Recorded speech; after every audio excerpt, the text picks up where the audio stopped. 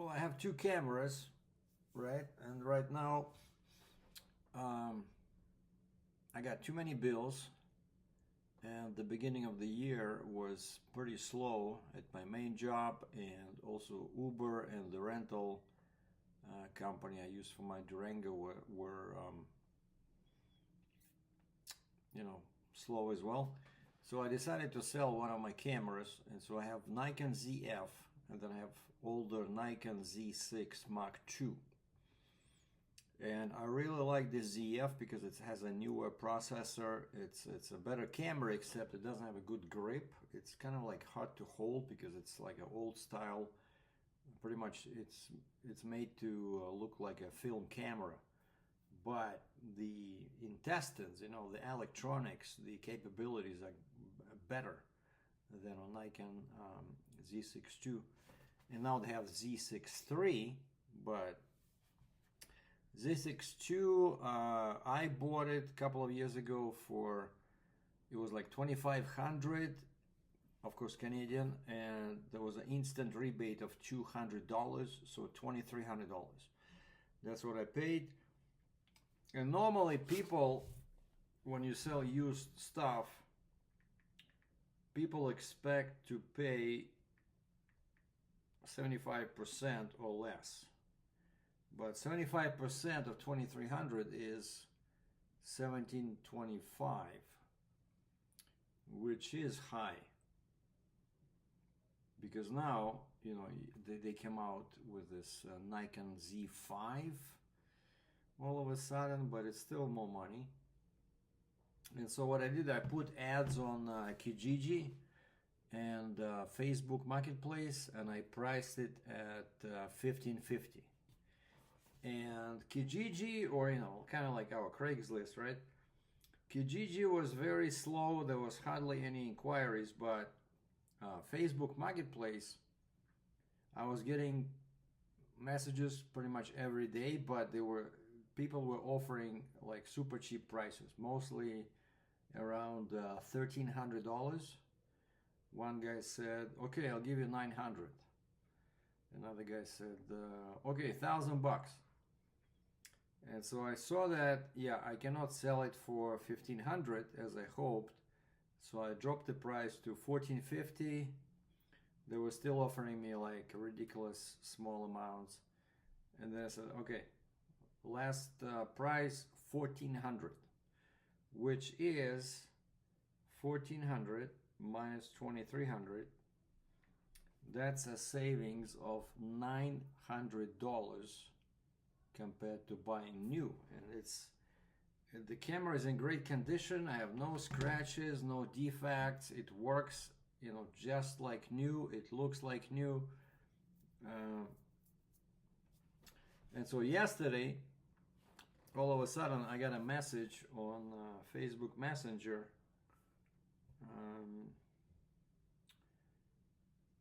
Where they said, "Hey Sergey, is this still available? I could pick up Friday evening or Saturday." I said, "Yes, available." And they said, "Perfect. When works best for pickup, Friday evening or Saturday?"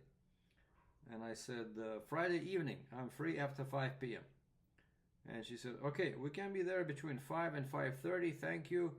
What is your address, or would you prefer a public location to meet up?" And I said, "We could meet at this Starbucks if that works." And I copied like a link to Google Maps to the Starbucks location I know, not too far from my job. And I said, "It's on Country Hills Boulevard, just west of Deerfoot Trail. It's inside the retail plaza, right on the corner." And she said, "Sounds great. Thank you. We will be there between 5 and 5:30. And I said, "Okay, see you tomorrow." So that was yesterday.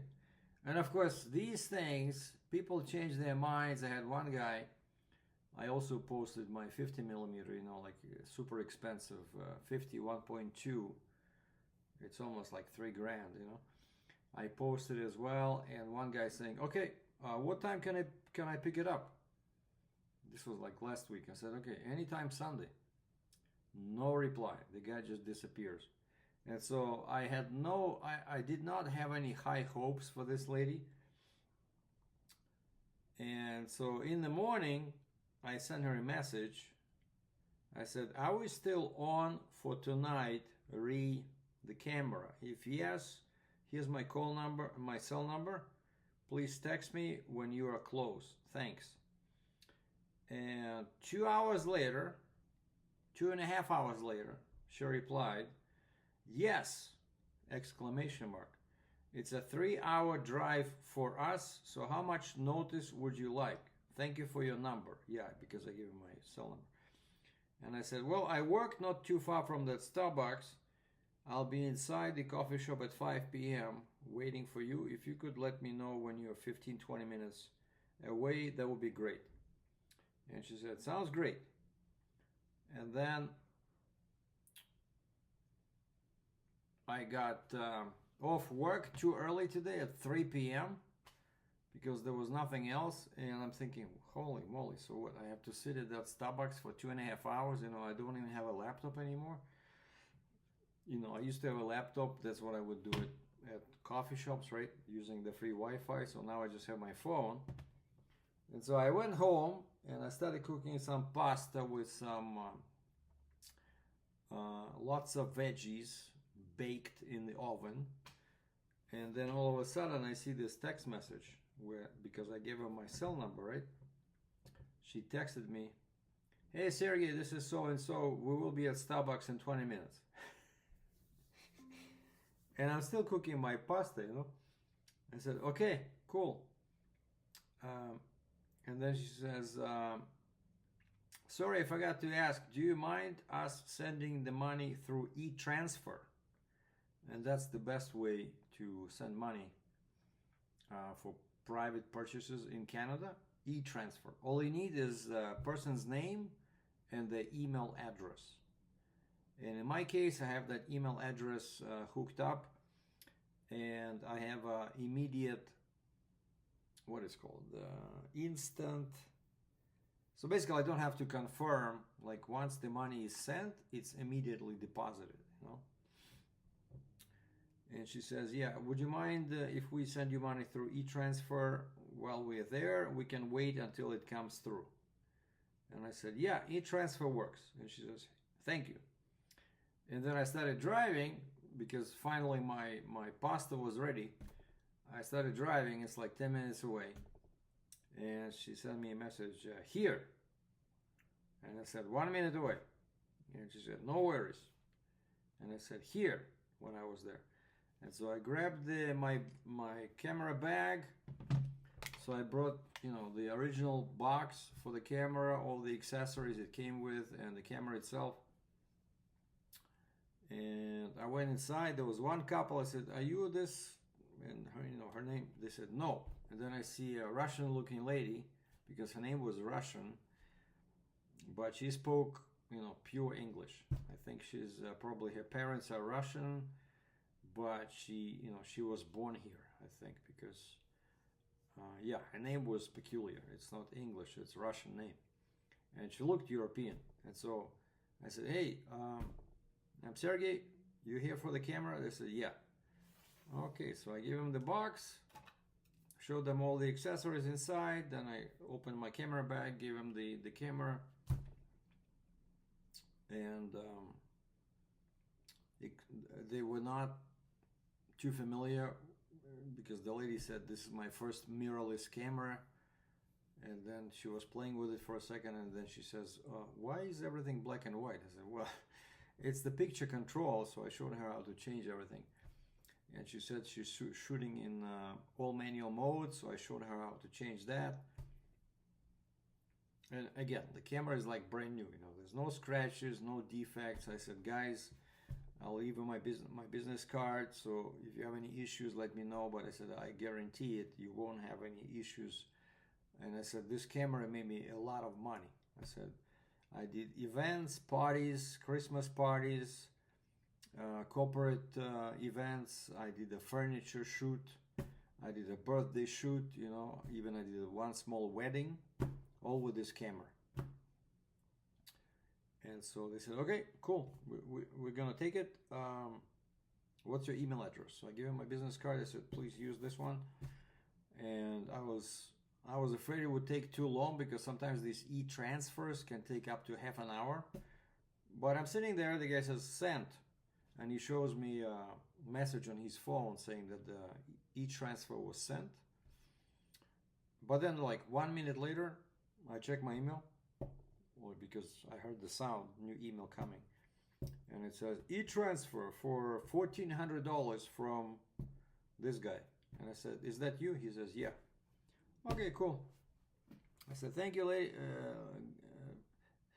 gentlemen, lady and a gentleman.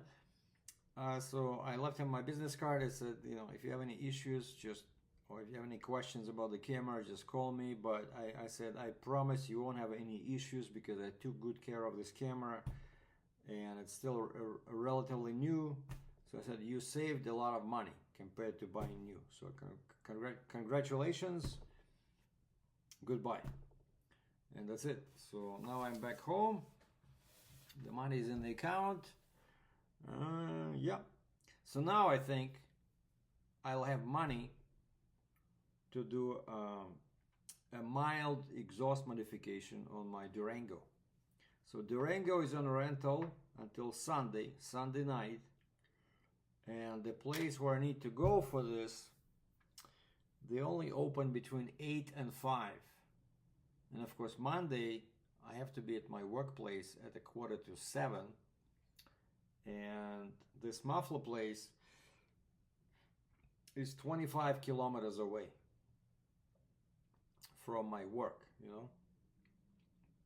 And I don't know if they have the key drop, you know, like some of these real dealerships, they have a night key drop, right? You just take an envelope, you fill it out, like your name, the license plate, what the problem is. You put the key inside, you seal it, and you drop it in that receiver, kind of like, and your key disappears. And this way they can fix your car without you being there, right? And the plan is for the Durango, I just want to make it slightly louder because, you know, it's a sin. You have a V8 that you cannot hear. Almost 400 pounds of torque. So I want to just make it a bit louder, and I never was a fan of deleting mufflers because my strong belief is that mufflers help performance. They help the torque at low end. And so yeah, and on the Durango, it's a true dual exhaust, and there's a big resonator in the middle, and then there's two, they call them tail end mufflers, basically two small mufflers. So I want to keep the mufflers, but I want to get rid of the resonator and put in either an X pipe or H pipe.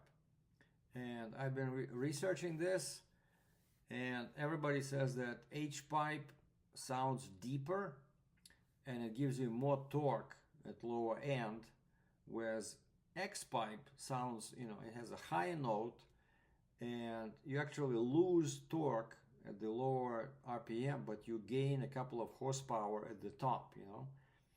And so I think for daily driving, for, you know, like accelerating between lights, actually low end torque is more desirable, and especially, you know, since it comes with a deeper exhaust note. And that's the plan. So I want to use the money I just got from the camera sale and get rid of the resonator in the front. Some people call it mid muffler. It's not a muffler, it's a resonator.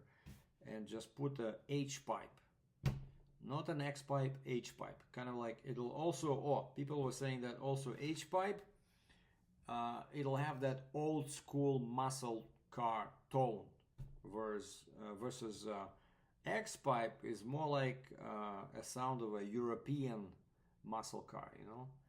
It's more whiny, it's higher in pitch, and so yeah, and also H pipe should be cheaper because it's just why it's called an H pipe. It's because there's two pipes like this, right? True dual exhaust, and once they remove that resonator, like the resonator is over here, it's huge. So they remove the resonator, And then all they have to do is just put a little kind of like intersection between these pipes, and that's the H pipe. So that the air, exhaust air from this pipe can equalize from that pipe, you know, and that's the H pipe. And so deeper sound, better performance at low RPM, and old school sound. Why not, right?